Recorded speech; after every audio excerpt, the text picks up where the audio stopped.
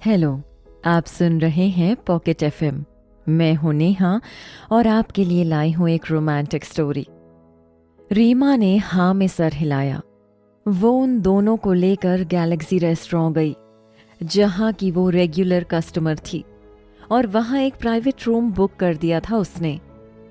खाना ऑर्डर करने के बाद वो यशिका को खींचकर वॉशरूम की तरफ ले गई और उसे कहा, यशिका, मुझे सब कुछ सच सच बताओ, मुझसे कुछ मत छिपाओ।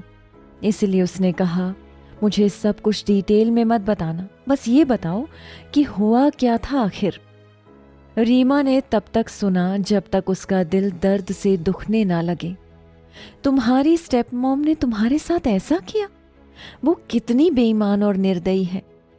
6 साल पहले जब मेरे डैड ने मुझे बताया कि एक ही साल में तुम्हारे पापा ने कंपनी का पूरा कर्जा चुका दिया, तब मुझे बहुत अजीब लगा था। मैंने कभी एक्सपेक्ट नहीं किया था कि तुमने इतना सैक्रिफाइस किया होगा अपने फैमिली के लिए। आखिर इन सब चीजों को करने का क्या मतलब निकला? यशिका को इन सब से कोई फर्क नहीं पड़ा। वो हंसने लगी। मैंने ये सब अपनी फैमिली के लिए किया है, क्योंकि ऐसा मैंने मेरे पापा के लिए किया। इस तरह से मैंने उनका पाल पोस कर खुद को बड़ा करने का एहसान चुकाया है। Welfare centre. मैंने जो समय बिताया वहाँ वो नर्क से कम तो नहीं था मेरे लिए। उसकी परछाई अभी तक मेरे सीने में गहरे दर्द की तरह छिपी हुई है। अगर रवि वर्मा उसे अडॉप्ट नहीं करता तो वो उस जिल्लत को ज्यादा दिन तक सहन नहीं कर पाती। आज तक रवि का उसके लिए प्यार बरकरार था। उसने आगे कहा, जिस समय मैंने ऋषु को जन्म दिया वो वक्त मेरे लिए बहुत कठिन था। ऐसा लग रहा था मैं मुश्किलों के दलदल में फंस गई थी, पर आज मुझे उन सब का कोई अफसोस नहीं है। ऋषु के जैसा बेटा मिलना मेरे लिए भगवान का आशीर्वाद है, जिसके लिए मैं उन्हें बहुत बहुत धन्यवाद देती हूँ कि उन्होंने मुझे ऋषु जैसा बेटा दिया। 6 साल हो चुके हैं इस बात को और मैं पूरी तरह से भूल गई हूँ। फिर रीमा को इस बात से डर लग रहा था कि यशिका तो काफी सेंसिटिव थी। उसने पूछा, यशिका, क्या तुम्हें डर नहीं लगता? अगर ऋषु के फादर को यह सब पता चल गया तो वो ऋषु को तुमसे छीन लेंगे। यशिका थोड़ी देर के लिए चुप रही। उस आदमी को याद करते हुए यशिका ने कहा, इसीलिए ऋषु के जिंदा होने की बात मैंने सबसे छिपा रखी है आज तक। अगर किसी ने ऋषु को पाला ही नहीं तो कोई उसे कैसे मुझसे छीन कर ले जाएगा? उसे नहीं पता था कि ऋषु के फादर आखिर कौन थे, और वो उसके बारे में कुछ जानना भी नहीं चाहती थी, और मुझे उससे कुछ लेना देना नहीं है। ऋषु उसका अच्छा बेटा है। वो किसी को उसे खुद से दूर नहीं करने देगी। अगर वो उसके पापा भी हुए तब भी उन्हें उससे ले जाने के लिए अलाउ नहीं करेगी। ये जानकर कि वो इस बारे में बात नहीं करना चाहती थी, रीमा ने उस मैटर पर और ज्यादा बात करना ठीक नहीं समझा। ये बहुत अच्छी बात है कि ऋषु तुम्हारे पास है और वो बहुत अच्छा है। रूम में वापस जाते ही रीमा ऋषु के पास गई और उसके गालों को पकड़ लिया और कहा, ऋषु, तुम हंसते हुए बहुत क्यूट लगते हो।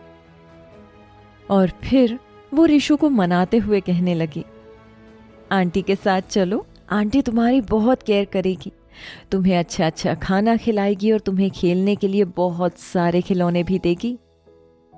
ऋषु ने अपने हाथ में रखा चाय का कप नीचे रखा और टेबल नैपकिन से अपने हाथ को साफ किया। उसने हंसते हुए कहा, रीमा आंटी, मुझे मम्मी ने कहा है किसी भी स्ट्रेंजर के साथ बाहर नहीं जाना, नहीं तो कोई मुझे किडनैप कर लेगा। रीमा उसकी बातों को सुनकर थोड़ा सहम गई। बातों बातों में उसने यशिका से पूछा, तुम इतनी सुंदर दिखती हो, क्या तुमने अपने करियर को डेवलप करने के लिए कभी फॉक्स एंटरटेनमेंट में जाने के बारे में नहीं सोचा?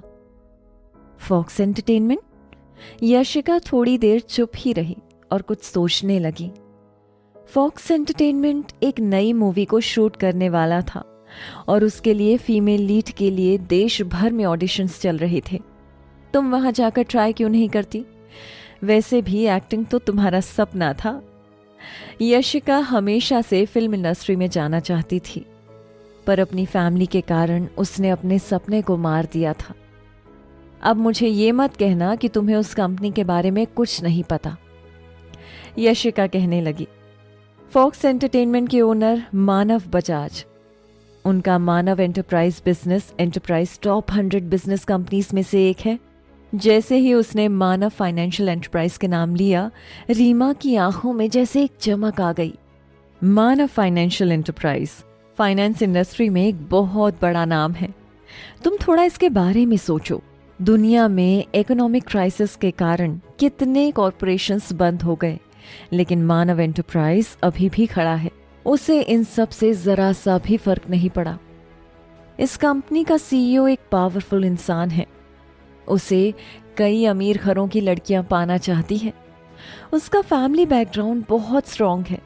उसके पास इतना पैसा है कि वो इस शहर को अपने पैसे से पाल सकता है।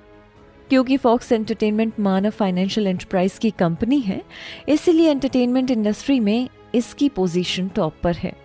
फिर वो मानव एंटरप्राइज के सीईओ के बारे में बात करने लगी, जिसे उसने टीवी पर एक प्रोग्राम में देखा था।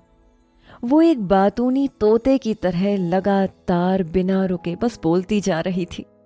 यशिका के सामने वो आदमी के पूरे फैमिली ट्री के बारे में बता देना चाहती थी। हालांकि यशिका उस टॉपिक में जरा भी इंटरेस्ट नहीं ले रही थी। उसने अपनी दोस्त की बात काटते हुए कहा, तुम उसे आसमान पर क्यों बिठा रही हो भाई? तुम्हें नहीं लगता तुम कुछ ज्यादा ही बढ़ा चढ़ा कर बता रही हो? लगता है तुमने इस दुनिया को बहुत कम देखा है। यहाँ सभी लोगों को मानव फाइनेंस एंटरप्राइज की पोजीशन पता है। ये तो ठीक है कि तुम्हें उस कंपनी के मेयर के बारे में कुछ नहीं पता, पर क्या तुम्हें मानव फाइनेंस एंटरप्राइज के बारे में भी कुछ नहीं पता? रीमा ने आगे कहा, मुझे ये पता चला है कि अगर कोई गवर्नमेंट ऑफिशियल भी हो, तब भी उसे कॉर्पोरेट ग्रुप को कुछ ना कुछ तो देना ही पड़ता है। रीमा थोड़ी देर के लिए रुकी और फिर कहने लगी, ईमानदारी से कहूं तो मानव एंटरप्राइज के सीईओ की कीमत नहीं लगाई जा सकती है।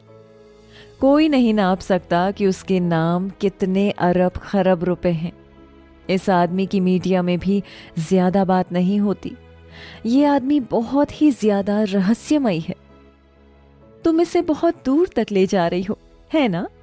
यशिका ने शांत होकर कॉफी की एक सिप ली। रीमा बहुत ज्यादा परेशान हो गई थी। यशिका, क्या तुमने अपने सपने को नहीं तोड़ा है? हाँ रीमा, एक्टिंग मेरा सपना था, यशिका ने उससे कहा। यशिका इस वक्त थोड़ी उदास दिख रही थी।